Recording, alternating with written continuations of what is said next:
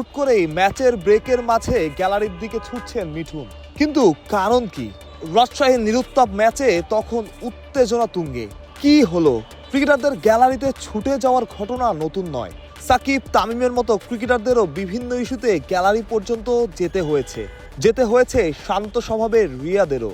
এবার সেখানে মোহাম্মদ মিঠুন। কিন্তু আসল কারণ কি?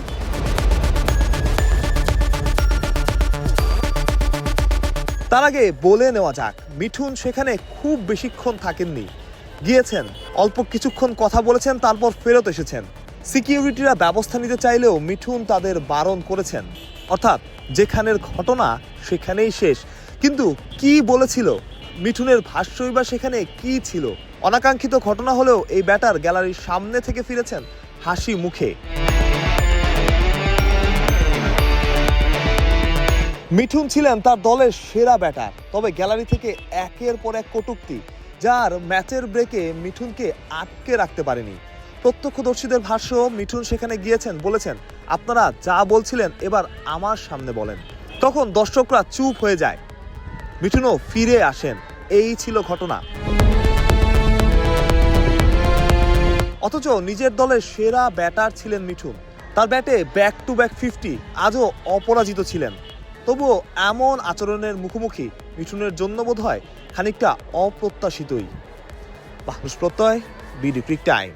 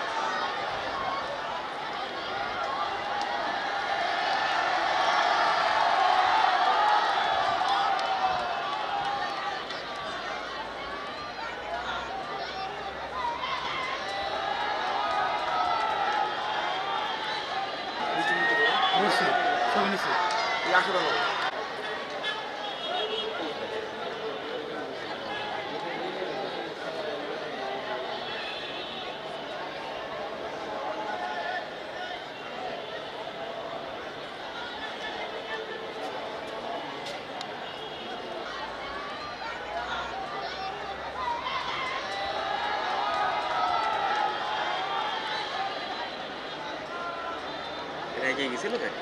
হ্যাঁ হ্যাঁ